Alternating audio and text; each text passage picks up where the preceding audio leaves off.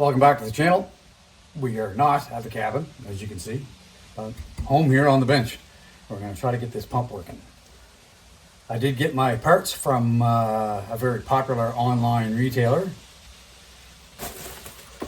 and we're going to see if this thing's going to fit. So I'm just cleaning up some parts, and I want to clean up the mating surfaces, and there's some rubber seals here I want to get treated. Get them softened up and cleaned up and that kind of thing, and then we'll get this out of the bag and we'll see how it's going to work. Hang on.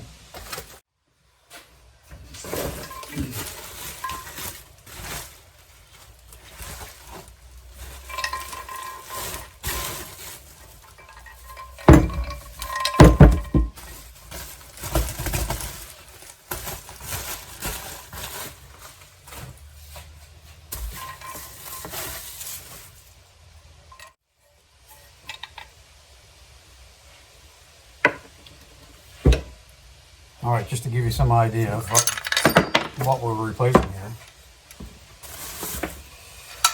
So it was the front of this piece here, the flange part of that was attached to the outside. That's what split.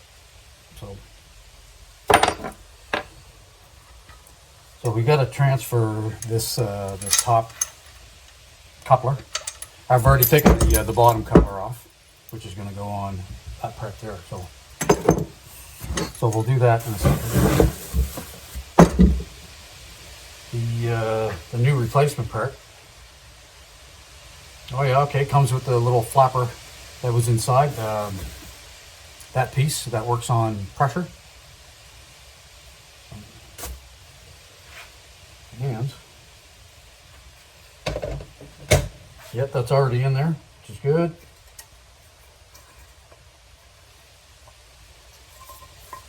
So, I'm not going to put that rubber seal on just yet. I want to clean that up. So,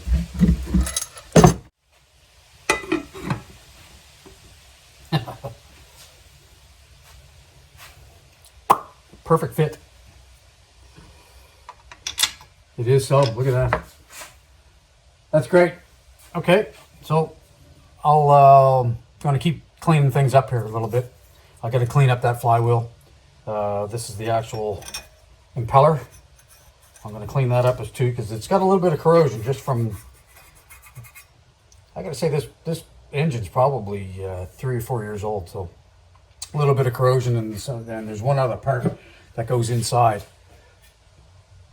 This actually I should double check that too. Oh yeah, look.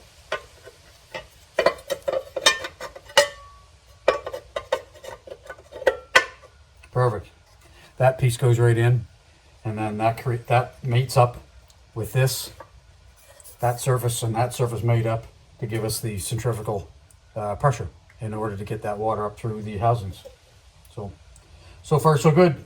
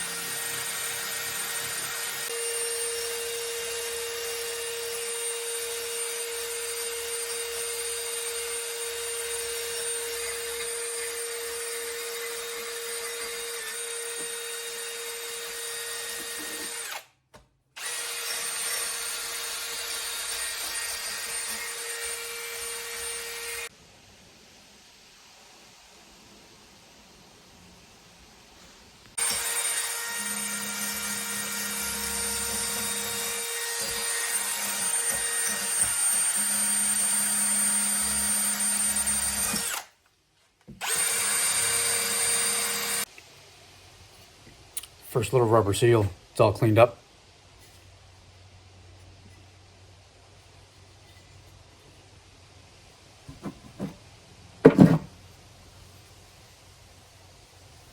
You got to be careful what you use for cleaners and that kind of stuff. You can't use like anything corrosive or anything, and it makes these rubber gaskets swell up too much. So, and then they become unusable. One. Getting the surfaces clean and free of all debris makes things run so much easier. You just take the extra little bit of time to do it here home on the bench as opposed to down by the lake or at the job site, wherever you're going to be working. As you know, if you're far away from your tools and that kind of thing and things aren't working great, it just delays everything.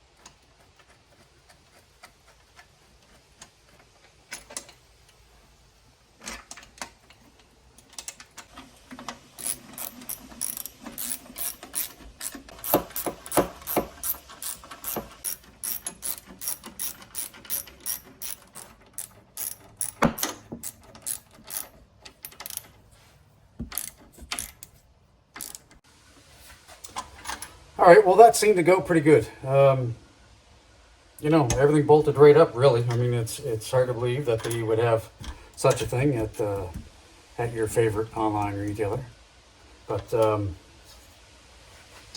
you go. There's the old piece, and I'm going to hang on to this. I'm not going to throw that out because there's all kinds of little parts and pieces that may break off of this. Who knows? But it just seemed to be too good of a part to throw out. So I'm going to do a quick bench test because you can't really run these without water. You're gonna do a little bit more damage to them. So I'll just do a quick engine fire, and the next time you see me, I'll be down at the lake edge, hooking up hoses and hopefully putting water in the tank. We're back at the lake edge, and we're just priming the pump with the new parts, and we're gonna see if we have some success.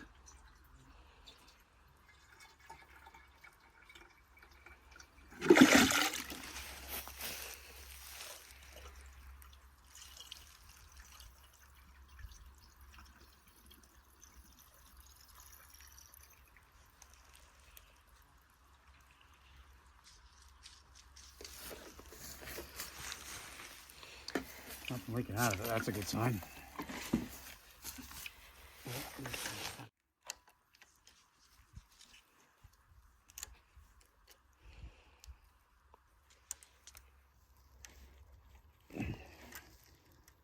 Okay.